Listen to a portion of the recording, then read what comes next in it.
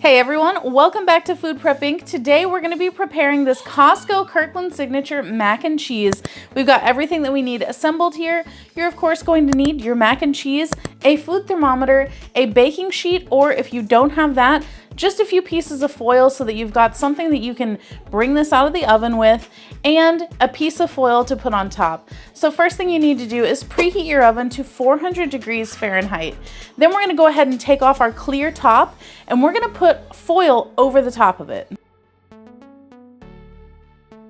All right, now I put my foil on and I did make sure to have it tent up a little bit because there is cheese underneath of it. I didn't want that to stick. So now we're just gonna place it on our baking sheet. All right, we're gonna pop this into our oven now. For their recommendation is 40 to 60 minutes or until the internal temperature reaches 165 degrees.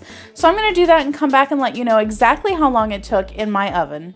If you'd like to support this channel, the easiest way to do that is using our Amazon links the next time you shop there. All right guys, it has been 50 minutes in my oven. At the 40-minute mark, the temperature was still not quite right, so we're gonna check this again. I think we're gonna be done.